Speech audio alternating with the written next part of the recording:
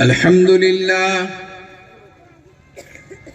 لله كفى وسلام على عباده الذين اصطفى أما بعد فأعوذ بالله من الشيطان الرجيم بسم الله الرحمن الرحيم يا أيها الذين آمنوا من يرتد منكم عن دينه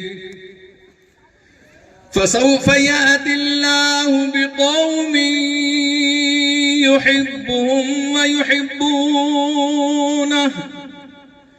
أذلة على المؤمنين عزة على الكافرين يجاهدون في سبيل الله يجاهدون في سبيل الله ولا يخافون لومة لائم ذلك فضل الله يؤتيه من يشاء وقال الله تبارك وتعالى في شان حبيبه إن الله وملائكته يصلون على النبي يا أيها الذين آمنوا صلوا عليه وسلموا تسليما اللهم صل على محمد النبي الأمي وعلى آله وأصحابه البررة الكرام وعلى سائر الأنبياء والمرسلين والملائكة المقربين وعلى آله وأصحابه أجمعين معزز علماء کرام، عزیز دوستو، بزرگوں، نوجوانوں، میری عزتدار ماں اور بہنوں، آج یقیناً مولانا یونس بخاری صاحب اور ان کے بھائی مولانا فضل متین صاحب نے اس جلسے کا انعقاد کر کے دین کی وہ خدمت کہ جس میں استقبال رمضان بھی ہو جائے اور مدرسے کا سالانہ جلسہ اور سنگ بنیاد بھی ہو جائے اور مختلف علماء اکرام کے ذریعے سے ایک میسج اور پیغام امت مسلمہ کو جائے۔ اس جلسے کا انعقاد کر کے انہوں نے یقیناً احسان عظیم فرمایا ہے۔ میں ان کے اس جذبے کو سلام پیش کرتا ہوں اور مجمع میں بیٹھے ہوئے ان کے والد محترم کو مبارکبادی پیش کرتا ہوں کہ آپ نے آنے والی نسلوں کے لیے ایک میسج اور پیغام دیا ہے، بچے ہو تو ایسے ہو جو یونس ہو یا متین ہو۔ انہوں نے ماں باپ کی دعائیں، ماں باپ کی قربانیوں کا نتیجہ ہے۔ ان دونوں بھائیوں کا کوئی کمال نہیں ہے۔ اگر وہ قربانی نہ دیتے آج اتنی بڑی عزت اور شہرت کے مقام پر یہ علماء اکرام آپ کو نظر نہیں آتے۔ میرے عزیز دوستوں، اس دور میں یہ مادی دور ہے جس میں لوگ یہ سوچتے ہیں کہ میرا بچہ بڑا ہو کر کیا کمائیں گا، کیا کھائیں گا، کیسے زندگی بسر کریں گا۔ تو وہ لوگ جو نادان ہیں، وہ لوگ جو مادہ پرست ہیں، وہ لوگ جو صرف دنیا کو اپنا مقصد سمجھتے ہیں، انہوں نے یہ فیصلہ کیا کہ ہمارے بچے کالج یونیورسٹیوں کے اندر جائیں گے، سیاسی اعتبار سے بڑے بڑے مقاموں کے اوپر جائیں گے۔ اس دور کے اندر جب روپیہ اور پیسہ سب سے بڑا ان کو سمجھ میں آ رہا تھا، اس دور کے اندر کسی ماں باپ نے اپنے بچے کو مدرسے کے اندر حافظ قرآن بنانے کے لیے، عالم دین بنانے کے لا کر چھوڑا ہے۔ لوگ اس کا مذاق اڑایا کرتے تھے اور آج بھی اڑایا کرتے ہیں۔ آپ کیا نادانی کر رہے ہو اپنے بچے کو حافظ قرآن بنا کر، اپنے بچے کو عالم دین بنا کر؟ اتنی چھوٹی چھوٹی تنخواہوں کے اندر یہ اپنا گزر بسر کیا کرے گا اور ماں باپ کو کیا دے گا اور اپنے بال بچوں کی کیسے گزر بسر کرے گا؟ اس دور کے اندر اگر کوئی ماں باپ اپنے بچے کو مدرسے میں لا کر چھوڑتے ہیں، میرے عزیز دوستو، ان کا بڑا مجاہدہ ہے، ان کا بہت خیر کا جذبہ ہے۔ اس دین کی حفاظت کے لیے، اس شریعت کے حفاظت کے لیے، اس اسلام کی حفاظت کے لیے اپنے اولاد کی دنیا کے اندر قربانی دینا وہ جانتے ہیں، وہ وقف کر رہے ہیں، اور نتیجہ اتنا بہترین نکل رہا ہے۔ اگر ان دونوں کے ساتھ مولانا یونس بخاری یا مولانا فضل متین کے ساتھ، یا اسٹیج پر بیٹھے ہوئے مولانا انعام اللہ صاحب کے ساتھ، یا مفتی شفیق رحمانی کے ساتھ، یا مولانا عظیم کے ساتھ، جن لوگوں نے دنیا کی تعلیم حاصل کی تھی، وہ ایم اے بی ایڈ ہوئے، وہ پی ایچ ڈی ہوئے، وہ دنیا کے بڑے بڑے عہدوں پر گئے، لیکن وہ لوگ بھی آج اس بات کو قبول کرتے ہیں، تسلیم کرتے ہیں کہ تمہارے ماں باپ نے بالکل صحیح فیصلہ کیا تھا۔ آج تمہاری عزت اور شہرت دیکھ کر، آج تمہارے بیانات سن کر، آج ہم تمہارے دو زانوں ہو کر سامنے بیٹھنے کے لیے تیار ہیں۔ ہماری ان ڈگریوں نے کوئی فائدہ نہیں لیا، ان ڈگریوں کی وجہ سے ہمارے دنیا کے مسائل حل نہیں ہوئے۔ وہ بڑی بڑی تنخواہوں کے باوجود جو ہے 20 تاریخ جب آ جاتی ہے وہ پریشان ہو جاتے ہیں کہ اب یہ 10 دن کیسے ہم گزاریں گے۔ میرے عزیز دوستو، آج وہ لوگ جو پروفیسر، لیکچرار، وکیل، ایڈوکیٹ، وہ مہینے کے اندر 1 لاکھ روپیہ کماتے ہیں، ان کے پاس اتنا چین و سکون نہیں ہے جتنا ان علماء دین اور نفاذ کرام کے پاس ہے۔ اور کبھی کبھی جو ہے مذاق میں ہمارے بھائی لوگ بول دیتے ہیں، ارے مولانا لوگوں کے بڑے مزے ہیں بھائی، اچھی کاروں میں پھرتے ہیں اور اچھے بہترین کپڑے پہنتے ہیں، اچھی گھڑیاں استعمال کرتے ہیں اور بہت مرغے مسلم اڑاتے ہیں۔ میں ان کو کہا کرتا ہوں، اسی مرغے کے کھانے کے واسطے تیرے بچے کو مدرسے میں لا کے ڈال دے بھائی۔ اسی یعنی اچھے کپڑے، اچھی سواری کے اوپر جو رال ٹپکا رہا ہے، معلوم نہیں تو طنز کے طور پہ کہا تھا، لیکن ہم نے اس تانے کو قبول کر لیا اور ہم کہتے ہیں کہ اسی کے لیے کم سے کم تیری اولاد کو تو مدرسے میں لا کر دیکھ لے۔ آج بھی الحمدللہ ان علماء اکرام کو اللہ نے جو عزت دی ہے، آپ کو حیرت ہوگی۔ ہم تو ایک حقیر فقیر گناہگار طبقے سے، غربت کے، افلاس کے گھرانے اور ماحول سے اٹھ کے آئے تھے، لیکن اللہ نے ہماری دنیا بنا دی۔ ہم تو یہ فکر میں ہے کہ ہماری آخرت سے ہمیں محروم نہ کر دی۔